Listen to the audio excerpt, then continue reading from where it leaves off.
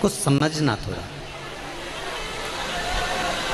कि गुरुजी बार बार बोलते हैं कि मंदिर में जाकर जल चढ़ाओ, मंदिर में जाकर पूजन करो, मंदिर में जाकर पशुपति व्रत करो, मंदिर में जाकर आराधना करो, मंदिर में जाकर भगवान शंकर को बेलपत्र चढ़ाकर खाओ, मंदिर में जाकर दुर्वा चढ़ाकर खाओ, मंदिर में जाकर भगवान को जल समर्पित करो। गुरुजी ये क्यों नहीं कहते कि घर में शंकर जी का शिवलिंग है तो उसकी आराधना कर लो, घर में जो शिवलिंग विराजमान है उसका पूजन कर लो, उस पर चढ़ी हुई बेलपत्र खा लो। मंदिर का ही वर्णन क्यों?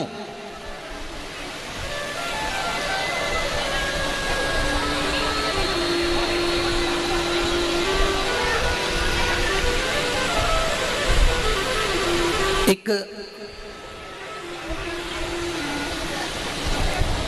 आप ये बेलपत्री भगवान शंकर को चढ़ाएं ना चढ़ाएं,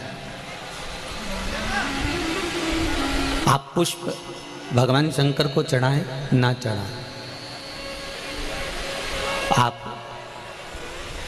दुर्वा भगवान को चढ़ाएं ना चढ़ाएं,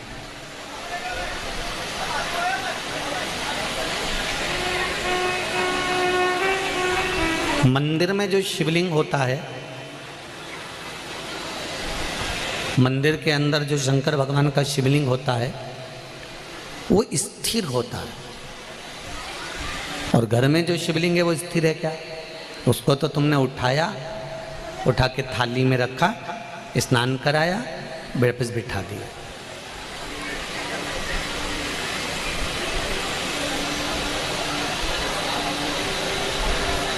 मंदिर में जो शिवलिंग रखा गया है वो स्थापित है, वो स्थिर है। स्थापित शिवलिंग की एक महत्वता सबसे ज़्यादा होती है कि उस पे अगर बेलपत्री चढ़े तो ठीक, फूल चढ़े तो ठीक, सामग्री चढ़े तो ठीक, जल चढ़े तो ठीक।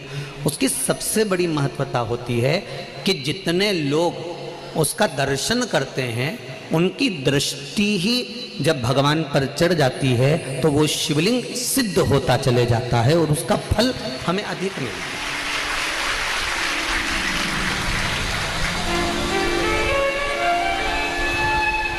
उसका फल हमको अधिकता में प्राप्त होता है। अब घर में जो शिवलिंग है, घर में जो शंकर भगवान का शिवलिंग है छोटा सा, उस पर कितने लोग दर्शन कर रहे हैं? आपने कर लिया, पति ने कर लिया, बच्चों ने कर लिया, या घर में जो सास ससुर हैं, परिवार है, कुटुंब है, उसने दर्शन कर लिया, या आपके कोई मेहमान आ गए, आपके कोई रिश्तेदार आ गए तो उन्होंने दर्शन कर लिया। समझ लेना जरा अच्छे से हो। अब घर के शिवलिंग पर परिवार वाले ही दर्शन कर रहे हैं, परिवार के लोग ही उसको दर्शित हो रहे हैं, दर्शन कर रहे हैं, पूजन कर रहे हैं। पर मंदिर का जो शिवलिंग होता है, कोई ज़रूरी नहीं है कि सब जाकर बेलपत्र चढ़ाएंगे, सब जाकर फूल चढ़ाएंगे, सब जाकर चावल चढ़ाएंगे, या एक लोटा जल सब जाकर चढ़ाएंगे। अगर मंदिर का दरवाज़ा खुला हुआ है और मंदिर के बाहर से भी कोई निकल कर जा रहा है, मंदिर उसको मालूम है कि यहाँ मंदिर है, और उसकी ये मुख, उसका ये चेहरा मंदिर की ओर भी मुड़ गया।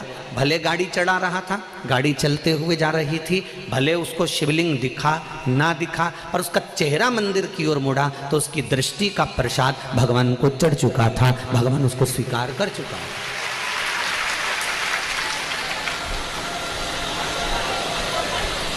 तेरे मंदिर में आना मेरा काम है और मेरी बिगड़ी बनाना तेरा काम। आप उसके सामने से निकले,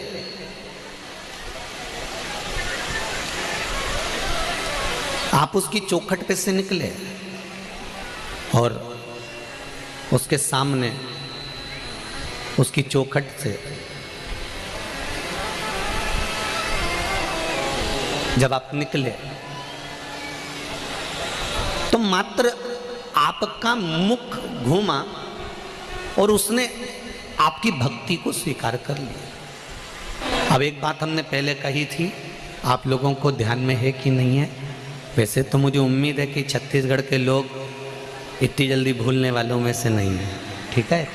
आप लोगों को सुना होगा, हमने कहा था कोई शिवलिंग जंगल में हो, एकांत में हो, जहाँ कोई नहीं जाता, बोला था कि नहीं बोला था, जहाँ कोई ना जाए, केवल शिवलिंग है, वहाँ कोई जाता ही नहीं है, वहाँ कोई पहुँचता ही नहीं है, और आप वहाँ से निकल कर जा रहे हैं और आपने वहाँ पर एक लोटा जल समर्पित कर दिया या वहाँ सफाई कर दी या वहाँ भगवान की पूजन कर ली, तो वो अधिक फलदायी होता है। उसका कारण क्या है? लिंग पुराण कहती है घर में जो शिवलिंग है उस शिवलिंग से ज़्यादा बलवान होता है मंदिर का शिवलिंग। मंदिर के शिवलिंग से ज़्यादा बलवान होता है तीर्थ क्षेत्र का शिवलिंग। तीर्थ क्षेत्र के शिवलिंग से ज़्यादा बलवान होता है किसी नदी, सरोवर, तालाब, कुंड के पास का शिवलिंग।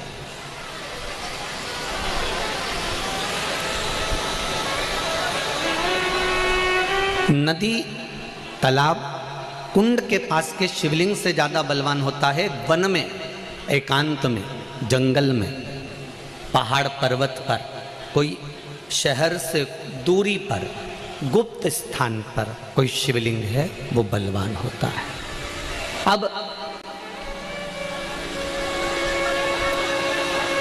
उस शिवलिंग के पास में जाकर आपने भूल से भी एक लोटा जल चढ़ा दिया या कोई थोड़ा सा कपड़ा उतार कर आपने वहाँ थोड़ी सी सेवा कर दी, तो उसका फल तो 1000 लाख गुना तो मिला।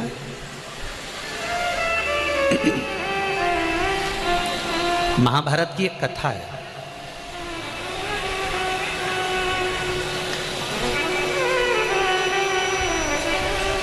इसका प्रसंग महाभारत की कथा में भी मिलेगा और नरसिंह पुराण में भी मिलेगा। अगर आपको लगे कि सीहोर वाले गुरुजी कौन सी पुराण में से बोल रहे हैं, तो आप किसी ने पूछे तो बता देना नरसिंह पुराण और महाभारत का ये पावन संवाद है। एक बार पांडव जब वन के लिए जा रहे थे,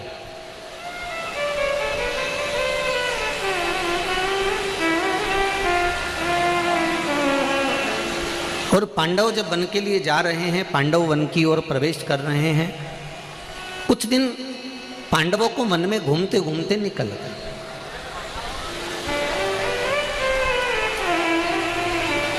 जब पांडव वन में घूमते घूमते निकल गए तो द्रौपदी एक पात्र लेकर जल भरने के लिए जा रही थी। अब द्रौपदी जब जल लेने के लिए गई, द्रौपदी के केश खुले हुए थे, सुंदर भी थी। वहीं पर एक दैत्य अपने दोस्त के साथ जा